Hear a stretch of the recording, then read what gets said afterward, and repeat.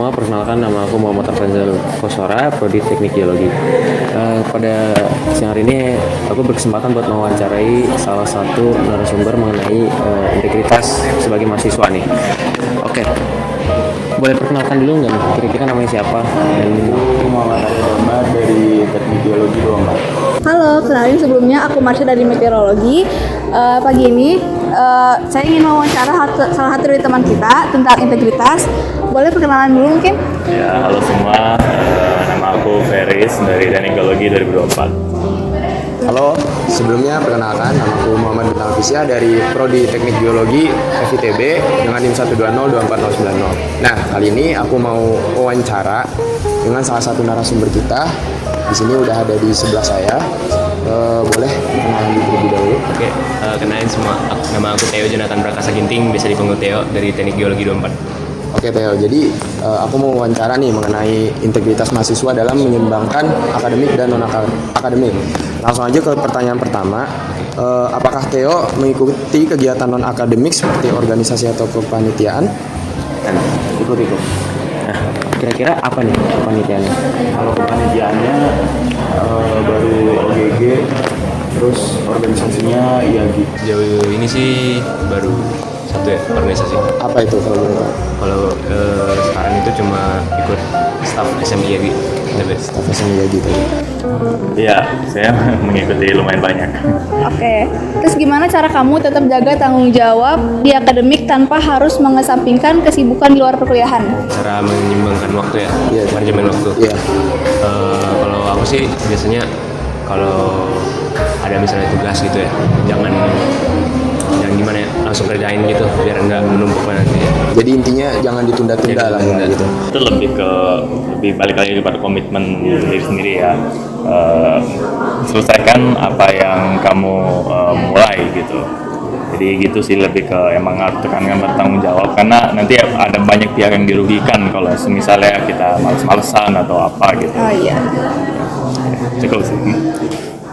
Mungkin dari manajemen waktu aja sih, misal kalau buat ngerjain tugas-tugasnya yang dari organisasi atau yang dari kepanitiaan itu ada sendiri, sama kalau untuk belajar juga ada sendiri waktunya. Oke. Yang ketiga, pernah nggak kamu merasa sibuk banget dengan aktivitas kampus sampai tergoda mencari jalan pintas dalam akademik? Seperti titip absen atau menyontek nih? Karena itu sebenarnya lebih ke dalam mengerjakan tugas ya, misalnya kan kita tahu ya ada tugas-tugas besar kayak gitu kan, kita bisa menggunakan bantuan AI ya untuk mempercepat gitu. Mungkin itu sih, tapi kalau untuk misalnya UTS ya atau UAS belum ada sih kepikiran untuk melintas untuk nyontek atau gimana. Kalau itu belum pernah sih, cuman pernah tergoda aja buat titip absen. Waduh, oke. Oke, yang selanjutnya. Enggak sih, karena aku udah lumayan bagi-bagi waktu ini untuk hal ini, waktu itu hal itu gitu. Jadi mungkin beban akademik ya lumayan, tapi kalau dengan planning yang sesuai dan komitmen yang sesuai juga itu bisa dibilang manageable lah gitu. Jadi nggak pernah kepikiran itu untuk melakukan hal-hal pintas seperti titip absen atau apa ini gitu. Gitu. Kalau gimana cara kamu ngebagi waktu supaya bisa tetap aktif di kegiatan non-akademik dan akademik? Dari skala prioritas aja sih kita bisa memilih mana yang lebih penting dari skala prioritas kita. Misal organisasi kalau kita anggap lebih penting ya kita bisa aja ngorbanin waktu, misalnya waktu kampus kita kan pasti ada kesempatan buat cabut sekali atau 2 kali. Nah kita bisa tuh gunain untuk organisasi atau tugas-tugas kita yang belum, kalau emang benar-benar kepepet. Oke, berarti kesimpulannya skala prioritas. Iya. Oke. Caranya itu yang paling jelas ya bagi waktunya, atau ada yang namanya time boxing gitu. Jadi misalnya dari jam 7 sampai jam 8 malam itu mungkin waktu buat belajar atau waktu buat mengerjakan tugas-tugas organisasi luar atau apa gitu. Jadi lebih ke skala prioritas aja gitu, dan pokoknya segalanya itu harus diselesaikan sebelum tenggat waktunya gitu. Kalau aku sih jujur ya biasa aja sih, nggak terlalu ada yang gimana kayak ya kuliah kerjain tugas.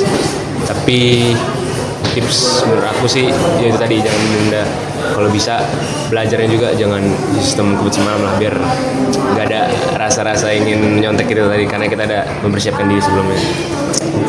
Terakhir nih, ada nggak sih saran dari Theo buat mahasiswa baru nih, terutama yang pengen aktif di kegiatan kampus tapi tetap mau jaga nilai akademik dan juga kejujuran? Coba mengenal diri sendiri lah, apakah kuat untuk mengambil misalnya banyak UKM atau kepanitiaan gitu, karena udah jelas itu akan menyita waktu. Nah tapi itu nggak apa ya namanya ya, bisa semuanya itu bisa dilakukan ya kalau dengan time management yang bagus dan komitmen yang sesuai gitu. Jadi ya lebih ke time managementnya aja tuh ditingkatkan, sama juga mengenal diri sendiri apakah kuat mengambil beban sebanyak itu gitu. Udah sih cukup dari aku. Jadi itu baik lagi ke kitanya, gimana kita ngatur skala prioritas gitu ya. Mungkin harus benar-benar pinter manajemen waktu sendiri, atur waktunya sih. Kalau dia ingin dapat nilai bagus nih tapi tetap aktif ya.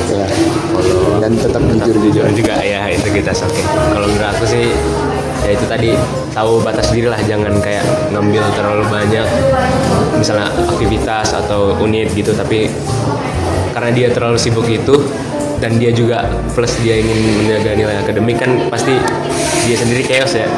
Kasian juga, jadi ya tahu batas diri lah. Dan juga itu tadi yang paling penting kan bukan nilai kita tapi proses kita untuk belajar gitu dalam kita mengimplementasikan integritas ini. Jadi jangan memaksakan diri ya, bukan yang penting nilainya tapi Proses kita belajar.